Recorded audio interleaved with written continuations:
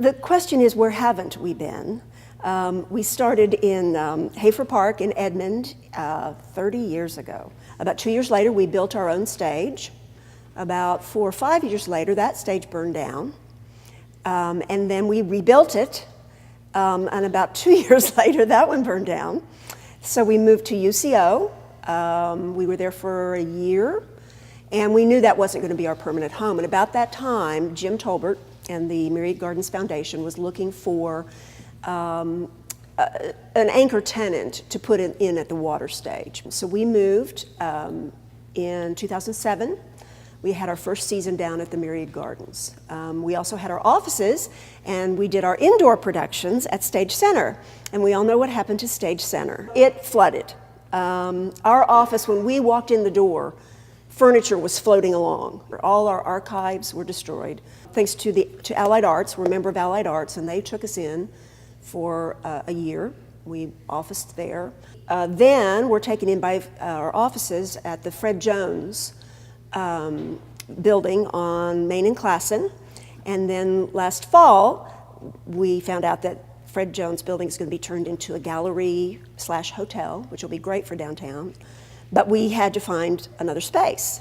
I talked to Robbie Kenzel with the city and told her our dilemma, and she said, "Have you ever talked to Joy Reid Belt?"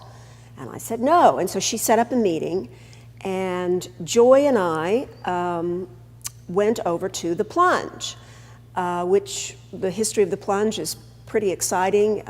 Her late husband, John, was really committed to that space. It's a fantastic space. And she took me down to the basement where she thought our offices might very well go. And the basement is finished. It is a large space. She said, you know, you could have your offices here and you could do performances. And I thought, oh, this isn't a performance space. The ceilings are too low. And so she took me up to the ground floor where she had gallery space kind of roughed in, and she wants a coffee shop because, you know, for the area. And then she just offhandedly said, let me take you upstairs to the third floor. So I went up to the third floor, and we're in a freight elevator because that's all we've got there now. And we're going up, and as I look out, I see these huge ceilings, and I'm thinking, what is this? Because when you're outside, you can't imagine what's inside. And we got out of that freight elevator, and I stepped out into this huge, I don't even know how to describe it. It's like a warehouse. The ceilings have to be 30, 40 feet tall. It's mammoth. But John was an actor.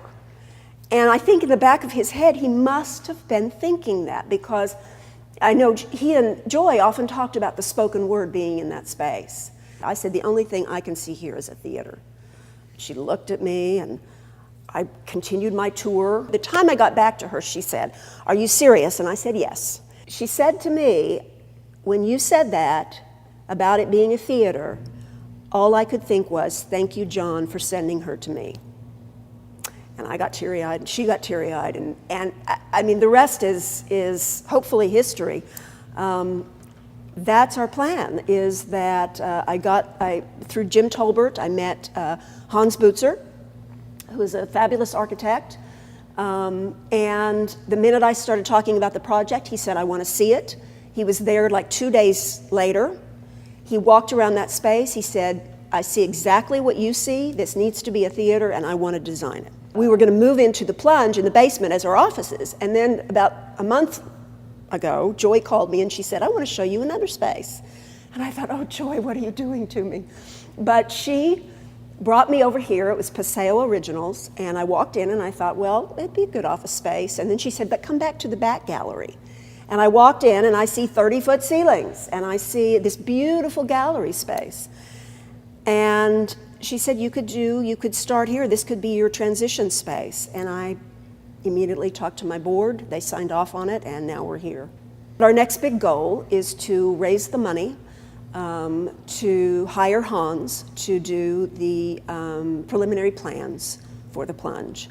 And that, my goal is that this fall we will be able to do that. We'll be able to hire him, and he can get started on drawings for it. We have no idea at this point how much it's going to cost.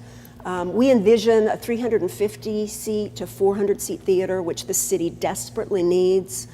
We envision this theater at the Plunge to be a theater that not only we can use, but perhaps other people in the community can use, that it will be something that, you know, we can have musical events, we can have dance, we can have, I'm hoping it's a nice flexible space that other people can use.